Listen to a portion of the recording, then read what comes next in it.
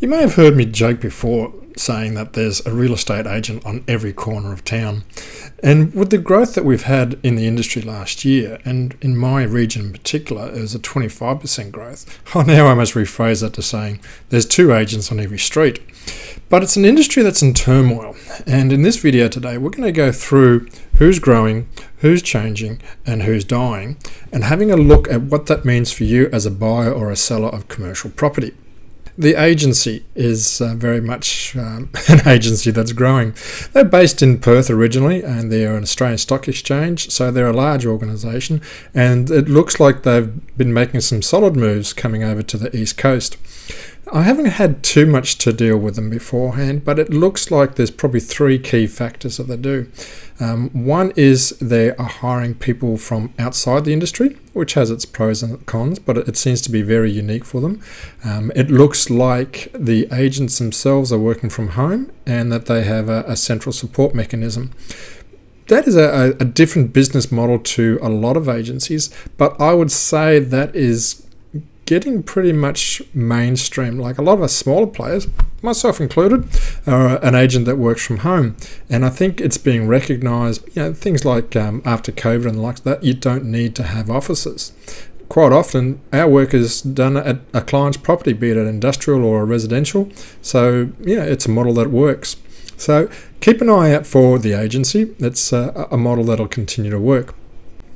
In regards to who's changing, well, the biggest news for last year has to be Knight Frank, who bought out McGrath. That is a big change. For argument's sake, it was a $95 million purchase, so these are big bucks that are being thrown around. Whilst McGrath likes to say it's a partnership, it's not really a partnership of equals, but we'll see how time goes. It's almost similar to when it used to be Bailey Knight Frank real estate. So I think that the main factor is that Knight Frank are the drivers. There was 170 agencies that were part of the McGrath portfolio that they bought out, so it's a big one. Knight Frank has, from memory, 275 agencies, and there's also another partner who is in the buyout from New Zealand, Bailey's, and I think from memory, actually I'll have a look at my notes, there's 105 New Zealand Pacific Island agencies. So it's a big conglomerate and probably the biggest move and shake that we've had in quite some time. And I would suggest that we're probably going to see a little bit more of that. So why are things changing? Look, the property market has changed, and it really doesn't matter where it is that you are. If you're way down south in Victoria and Tasmania, you're starting to climb out of a depressed market. Sydney's fairly stable. Queensland is still fairly strong and probably going to be supported by the Olympics growth to a larger extent in the southeast Queensland. But I'd say we've probably peaked at the top of that market. So when there's a lot of turbulence and a lot of changes, you will always find the industry will adapt accordingly. So some of the trends you're going to see is there will be increasing number of principals who run agencies underneath one of the big banners, such like Ray White or PRD, just LJ Hooker. You'll find that an increasing number of those will break away from the franchise model and go it themselves. Is always an initial trend when there's turbulence in the commercial real estate or residential real estate industry. And you'll also find that a lot of the smaller players will adapt. I'm seeing some interesting changes. There's an agent nearby who is now specialising on Airbnb type situations with residences to be on a holiday market. There's another one that is essentially started up purely to sell the properties in a large complex that's being built. So that's an example of how agencies are changing it and going into specialising, and that's a normal factor to go through. And it's always a case of, when a bushfire goes through a place, it's the small saplings that get burnt, and that's a similar situation for any sort of industry. So I think the businesses in the real estate industry that are going to really struggle and are already struggling and changing in regards to closing and going back to working for another agency are the small ones, especially those who are less than 2 years old. Like any business, it's difficult to start a business in real estate. Some people are very surprised at how hard it actually is. It's great when you've got a sale coming in every week and life is wonderful, you've got plenty of work. But when you start finding the numbers are going down, the listings, for argument's sake, have probably reduced by about 25%, which is a significant factor for a lot of agencies. When you lose 25% of your revenue, you're starting to make changes. And if you're young and cash strapped, they're probably the ones who are going to unfortunately close shop, and they may even leave the industry in total, or they may go and try and find an employed job or a commission-only job with another agency. I always say that following every boom is a bust, and every bust is followed by a boom. Now, if we're looking at a bust situation, we're not really. It's more at this stage, a gentle decline, something that we can manage in businesses. You'll find that there'll be some normal changes. One of the things that you'll find is, particularly the smaller ones, will look at branching out. As an example, I did some research. There is 26 agents in Bundaberg alone who have a commercial property listing. The interesting thing is there's only 3 commercial property agents, me being one of them. The 23 others have only got 1 listing, and they're residential agents. And that's an example of, if something comes in their lap in tough times, they'll take it on. When times are busy, they wouldn't touch them because it's not their skill set. They don't know what they're doing. They rather stay with the easier work, which are the residential market. So you'll see that there'll be an increasing number of people looking for market share. And if you're looking in the space of trying to work out which ones will work or not, there's a concept called Price's Law.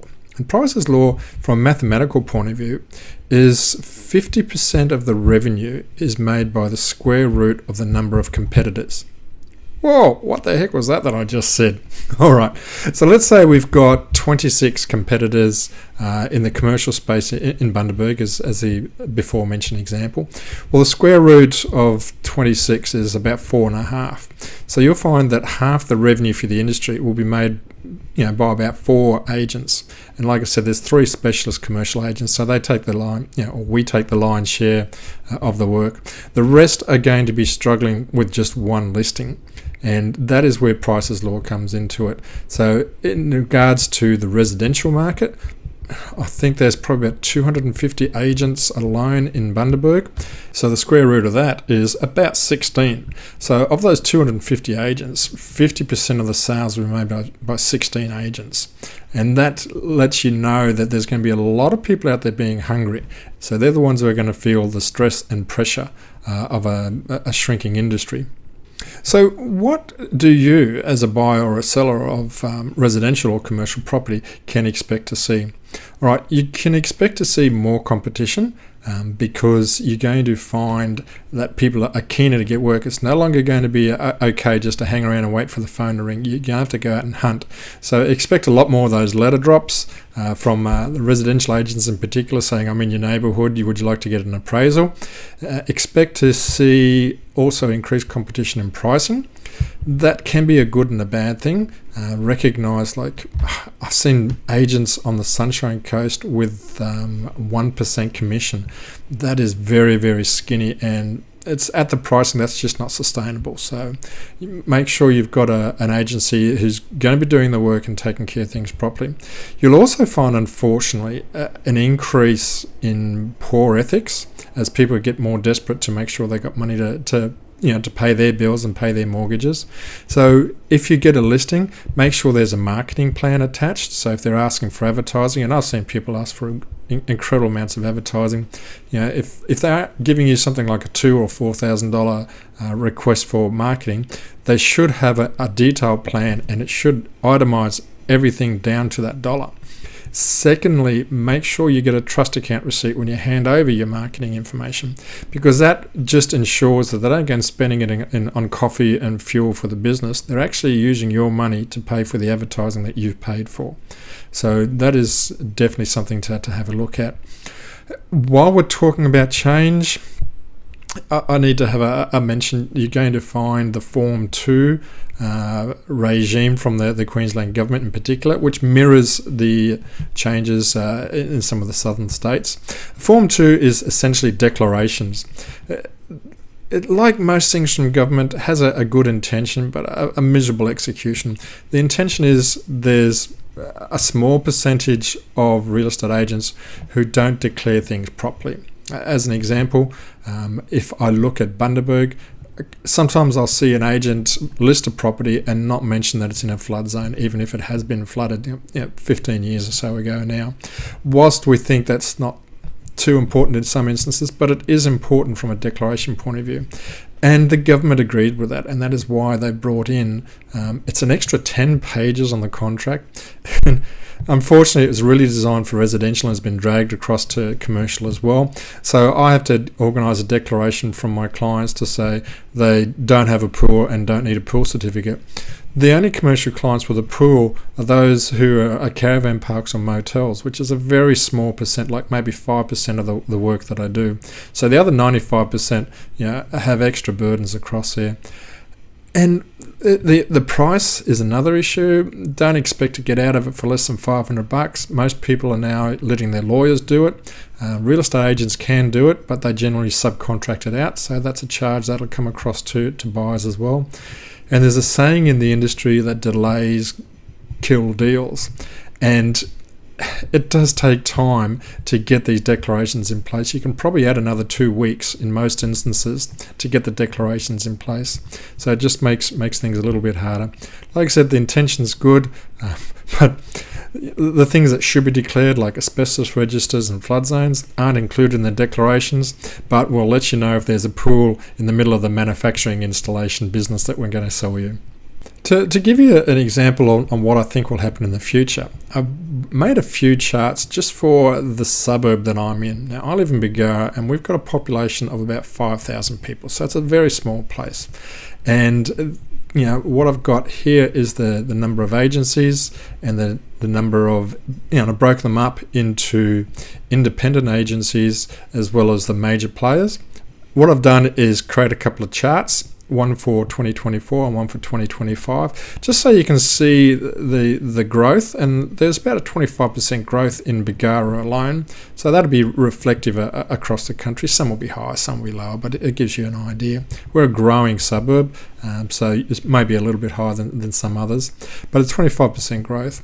And you can see the change between the mix between independents and the larger players, as well as I put here a forecast of what I think will be at the end of 2026. And it's just industry knowledge, and I may be speculative, but it'll give you a feel that generally there'll be less players and the majors will have a larger share again.